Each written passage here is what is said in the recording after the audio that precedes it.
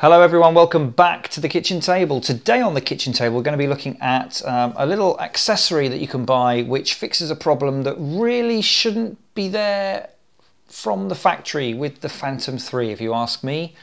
But there we go. So if you're thinking about buying a Phantom 3 or you've got one already, this might be something that would be useful. But before we go any further, as is traditional on this channel, it is the kitchen table and we always have a beverage when we're discussing our drones. I got a few complaints that there was too much coffee. So in order to redress the balance, we're back on the red wine, and this evening it is, let me get that there, Clear Springs Cabernet Sauvignon Merlot from South Africa. It's a 2013 little blend there, and it's very pleasant indeed too. So cheers. Very nice. Right, yes, Phantom 3, a Pro in this case, as you can see, still in mint condition. It's literally, I've only had time to really just take it out of the box. It's not been flown, it's been too windy. We've had some sunny days, but it's very windy here. I've still got my little stickers on that reminds me that even though they're called self-tightening props, you might want to make sure they're tightened, but more of that in a later video.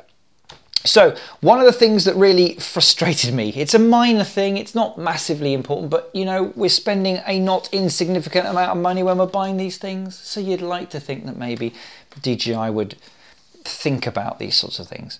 What DJI and their wisdom chose to do was spend a little bit of extra money over the Phantom 2 Vision Plus and put your props in this very attractive fabric, fully personalized DJI drawstring bag, which is delightful. But obviously the money that went into that meant that they couldn't afford to then give you what they gave you with the Vision Plus, which is a little rubbery plastic lens cover, because unbelievably, in this extremely expensive, not easily replaceable combined unit 4K camera, the only thing that you get to protect it from scratches is that plastic tacky tear off that you always get on mobile phone screens, and beyond that you're on your own. So if that gets scratched, scuffed or whatever, then well, it's not a very good thing, is it? Now sadly, because of course we've got a much bigger lens, this isn't going to fit. It's not a million miles off, look. Only a couple of mil on either side, and that would have been perfect. So that's very annoying. The other thing that I find annoying is this slightly different design of gimbal clamp. I find it, for a start, when it arrived, having travelled from China, this was not attached properly and has actually come off in transit, which I feel, if it's on properly, it's impossible to come off. I find it really difficult to actually get it off, which is part of the problem. So there you go. This wasn't even on properly, so that's another potential issue. But I just find that really awkward to use. It's you have to get down here and have a look through, and where you're supposed to hold it in your finger and thumb, you can't because it's in the way of one of the landing legs. No.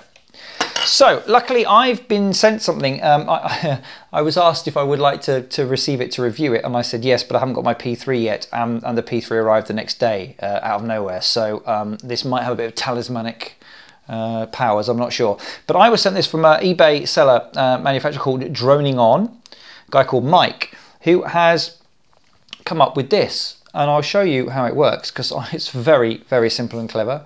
What you simply do is put this bit, funny enough, over your camera, thus protecting the lens.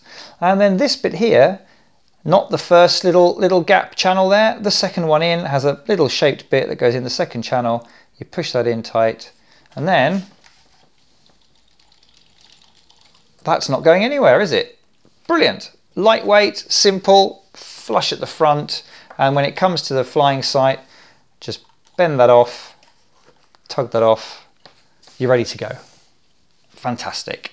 It's been 3D printed, which you may or may not, it may not decide to focus this close in, but you've got the, if you can hear it, I'll bring it onto the mic, the telltale little lines, but it's been quite finely done, and it's a very clean finished product. In the little information sheet you get with it, it does say that everyone is taken out, and they do remove any of the sort of the usual bits and pieces you get left over from a 3D printing process. But this is a really clean product. and it's a rubbery. I've not come across a sort of rubberized 3D printed material before, and it's very impressive. I haven't gone overboard with it because I don't want to actually do, but you know, it's flexible enough to take quite a repeated number of those as you take it on and off with a bit of a ham-fisted way. It's, you know, the only area that feels a little bit thin is the bit that's actually the bit that's going over the lens there, and that, you know, you can just feel the structure inside it is like a little cell structure, and it just a bit that feels that you might, if you put too much force on it for some reason, you might go through that. But you'd have to be doing something deliberately stupid or poking it with a screwdriver or something. Obviously this kind of ribbing here is designed to give you the strength in that direction so the gimbal doesn't move, and then you've got enough of an overlap there that it doesn't go in that direction either. That is really nice. It's a, I suppose you could call it a fairly bright colour, but boy does it do the job, and does it do it pretty simply and straightforward. I like that. Comes with a very, very uncomplicated piece of paper that shows you how to do it, with a close-up of showing you that you don't go into the first channel, you go into the second one, and there's even a video if you want to. There's a YouTube link on the eBay. I'll put a link obviously down below. I'll put a short link to the eBay listing for this one. It's being sold on eBay UK. It's £23.99 with free delivery to the UK. Obviously you need to check. He does do worldwide, but you need to check. One of the things that Mike did say was that it's the first time he's put something on eBay, and he's only allowed to put a certain number on, and then it resets again. So it may come up that he's out of stock, but they're coming. He's not. It's just that he has to wait for a certain date to tick over for eBay to allow him to list again. So that will be coming up soon. So if you want to just check back on that, they will be available. I suppose the thing that you have to take into account, and only you'll be able to answer this question, is it's 24 quid of anybody's money in the UK. If on a dollar basis, that's going to be, you know, going to sound even more expensive to you by the time you've got exchange rate and possibly postage. I don't know. As I say, it's free in the UK. I'm not an international buyer, so I can't see what the charges would be for that, but check it out. There are some similar designs that I've seen for sale in the US on eBay US. I obviously haven't got hands-on with those, so I can't sort of vouch for the quality and so on, but I'm really impressed with this. I think in order to protect that from being scratched and getting muck and dirt and dust on it, bearing in mind it's, you know, it's a 4K camera, and also to have a really simple and not so fiddly and difficult way to get that on and off and throw it into the backpack case, for me, doing that and then that is just so quick and easy that personally speaking, I think that's worth it. The other thing that it leads me to remind you is, I've been asked a few times, does the P3 fit into cases sized for a P2?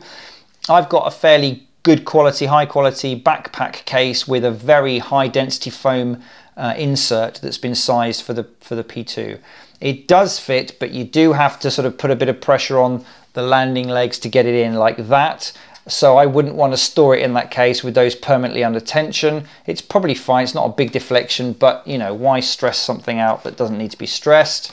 And it sits taller than the P2, so if you have a very tight clearance on a lid and your P2 only just fit, then this is going to cause you a problem if that's the case. If you have a general, either a soft lid like my backpack case, or you have a bit more clearance, then it's fine.